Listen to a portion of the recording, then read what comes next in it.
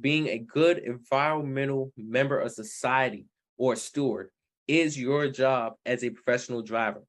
And it's important to know what to do if a spill happens. And this is when it comes to hazardous materials specifically, but it could be anything when you're driving a commercial motor vehicle. But for hazardous materials, you also need to make sure your safety and the safety of others is a major priority in order to prevent damage to the environment.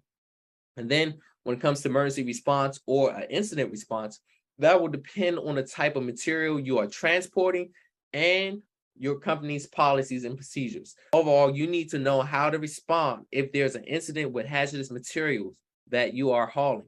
So you want to consult or talk with your company for specifics on this issue. Then when you're responding, as it comes to the responding information, some requirements you need to know when you're transporting hazardous materials would be you're required to carry emergency response information. Emergency response information is specific information required of hazardous materials, shipments, and it actually helps aid or help emergency responders personally, just in the event of a spill or leak or any type of hazmat incident. That emergency response information, the appropriate authorities, they need to know that information so that way that they can do the best safety measures possible to make sure it's safe for you, others, and for the environment.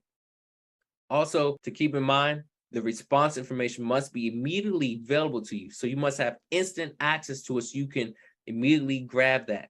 Also, the information must be available to any entity responding or investigating a hazardous material incident. Another thing to keep in mind, in part 172, subpart G of the hazardous materials regulations, or also known as HMRs, that explains in detail the emergency response information that you must have and maintain. Now, the information must be legible and in English. It must be presented to the shipping paper or by another document, such as the Emergency Response Guidebook, or also known as ERG. Now, the shipping paper is a document that serves as a similar purpose and is prepared with accordance to the hazardous material regulations. In other words, shipping paper, it could be a shipping order, a bill of landing, a manifest, etc. And the Emergency Response Guidebook, or ERG, that allows and assists the first responders to identify the hazards in order to protect the general public and themselves during the response phase of an incident. And it was developed by the federal government. So the Emergency Response Guidebook basically helps the first responders to see what type of hazardous materials you have. That way they can respond accordingly to what you have. So that way they can be sure that the right steps are made. And it's all about safety. That's why all of this is in place. Also, you want to keep the shipping papers. It's required. You must have kept with the shipping papers. So that way it's readily and immediately available in case of an accident or incident. You want to have that immediate reach, those papers in reach while you are at the vehicle controls and restrained by a lap belt or seat belt. Then make sure that it's visible. The information is visible to anyone entering the vehicle's driver's compartment or in a holder that's mounted inside of the driver's door. Then the information must be maintained in the driver's side pouch or side door pouch or on the driver's seat when you're not in that vehicle. Then when it comes to an incident or notification or reporting, the hazardous materials regulations, according to the HMRs, the hazardous materials regulations require certain types of hazardous materials incidents, and it must be reported to the Pipeline and Hazardous Materials Safety Administration, also known as PHMSA or PHMSA. And that's specifically in sections 171.15 and section 171.16 in the HMRs. Now, a report by phone must be made as soon as possible, and you have to report it within 12 hours if a hazardous material incident results in a death, injury, or evacuation of the public.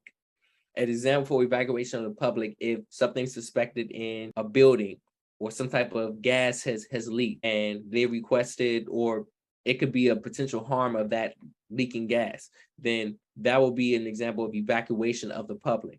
Or if a vehicle is in an area that is highly populated with people and traffic, then Evacuation of public could be them moving or leaving from that area of where that hazardous material is located. So keep in mind some reporting requirements you must follow. The report must be made to the National Response Center at 800-424-8802. So that's 800-424-8802. And a written follow-up report must be submitted to PHMSA, which is Pipeline Hazardous Materials Safety Administration, within 30 days. So you have to send it to PHMSA within 30 days. That written report must be submitted within 30 days. And then the Hazardous Materials Incident Report, which is F-5800.1, must be used as well.